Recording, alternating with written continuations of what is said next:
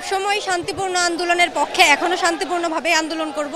আপনারা বিভিন্ন জায়গায় দেখতে পাচ্ছেন যে ছাত্রলীগ বিভিন্ন সময় হামলা করতেছে।